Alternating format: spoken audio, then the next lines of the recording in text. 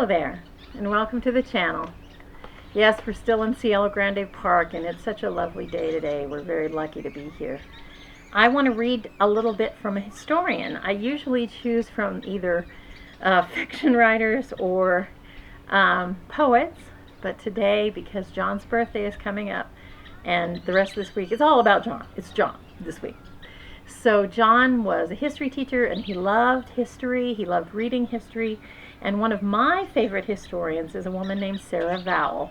And this particular passage that I'm going to read to you is from her collection, The Partly Cloudy Patriot.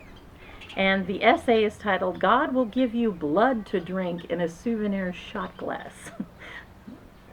Yeah, I know, it's an amazing title. Anyway, this is just a little snippet of the material from there.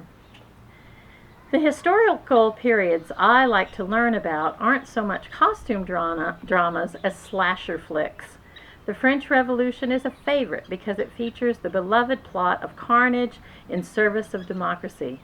But I prefer American history, and if I had to pick my pet domestic bloodbaths, nothing beats Salem or Gettysburg. I'm a sucker for Puritan New England and the Civil War, because those two subjects feature the central tension of American life, the conflict between freedom and community, between individual will and the public good. That is a fancy way of hinting that sometimes other people get on my nerves. I'm 2 parts loner and 1 part joiner, so I feel at home delving into the epic struggles for togetherness. Plus, Puritanism and the war between the states inspired some of the greatest American writing, scary sermons and Lincoln speeches, writing which asks to me the question, if you're so gung-ho on the fellowship of your countrymen, why have you had your phone off the hook for the last 4 days? I revere the idea of the Union, adore that phrase of Lincoln's when he asked the country to carry on with malice toward none. And what of the prettiest Puritan sermon, The City Upon a Hill, one John Winthrop delivered on a ship approaching Massachusetts in 1630. He aspired toward a covenant of community, decreeing, "We must delight in each other, make others' conditions our own, rejoice together, mourn together, labor and suffer together, always having before our eyes our commission and community in the work, our community as members of the same body." Are there any nobler words than that? And yet, did Winthrop ever live next door to a neighbor who was training a puppy?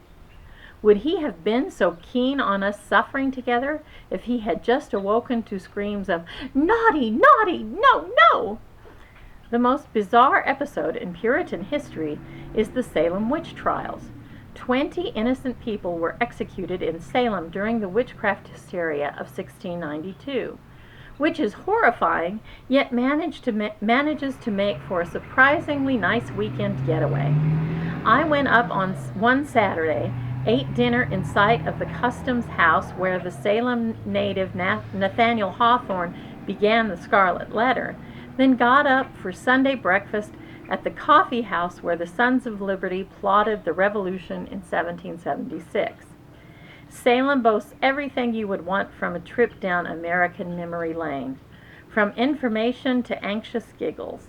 At the Witch Dungeon Museum, a place about as dignified as it sounds, there is the fun kind of bad actress in a period costume emoting through a reenactment of Elizabeth Proctor's witch trial.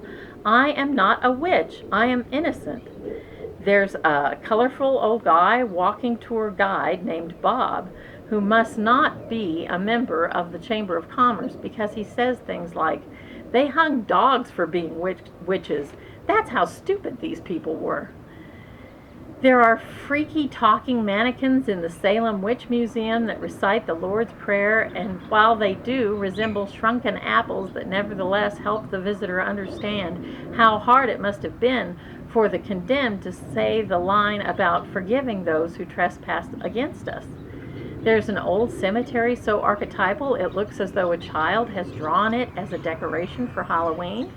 There is the 17th century House of Gables that Hawthorne wrote about, where I decide to stop reading the New York Times House and Home section because during the tour, the slave quarters strike me as really pretty.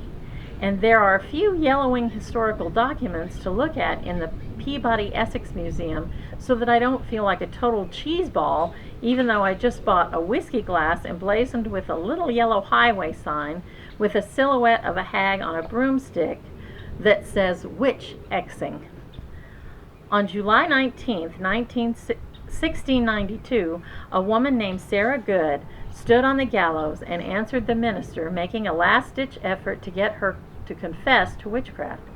She famously proclaimed to the reverend, and I'm guessing the town, "You are a liar. I am no more a witch than you are a wizard, and if you take away my life, God will give you blood to drink." Could she have any idea then that 3 centuries later, bloodthirsty tourists would sip her life story from a souvenir shot glass? What would she think of the local ice cream parlor going by the name Dairy Witch? Or that the high school football team is called the Salem Witches? Or that a cartoonish witch logo adorns the town's police cars and newspaper? Or that the town that put her to death, based on the harebrained testimony of a few teenage girls, would remake itself as a vacation spot nicknamed Witch City. As Bob the tour guide said of Salem's witchcraft hysteria, "We're not ashamed of it. On the one hand, why not? It's a shameful episode. On the other hand, there are few creepier moments in cultural tourism than when a site tries to rewrite its past. Once, I took a boat tour up the Hudson and visited a 17th century Dutch farm. At the farm, there was a different tour guide at each station, the bridge, the mill, the manor, and to a man, they were all women actually, they described the farm slaves not as slaves, but as enslaved Africans. And in the mill the mill was worked by enslaved Africans, or over there were the cabins of the enslaved Africans, or that was the job of the enslaved Africans. After a while, I couldn't stand it anymore and cornered one of these shawl-wearing tour guides and asked point blank why on earth nobody used the word slave. And in that sing-song dialect of teenage girls in which every sentence ends in a question mark, she replied, because enslaved African described slavery as something that was done to them instead of what they were. Enslavement was not their whole identity. I asked, isn't the whole point about being a slave that you don't have a choice to be anything else? Prettying up the word slave with the adjective noun construction makes enslaved African sound nonchalant, as in, those were the cabins of the jolly leprechauns. This isn't anything to be proud of. Those cringing, galling moments are, for me, one of the big draws of visiting historic sites in the first place. I'll admit, one of my happiest moments in Salem was in a gift shop in which one of my fellow tourists asked the cashier if she was selling any witchcraft trivets, to which the cashier replied, "You mean a trivet with a witch on it?"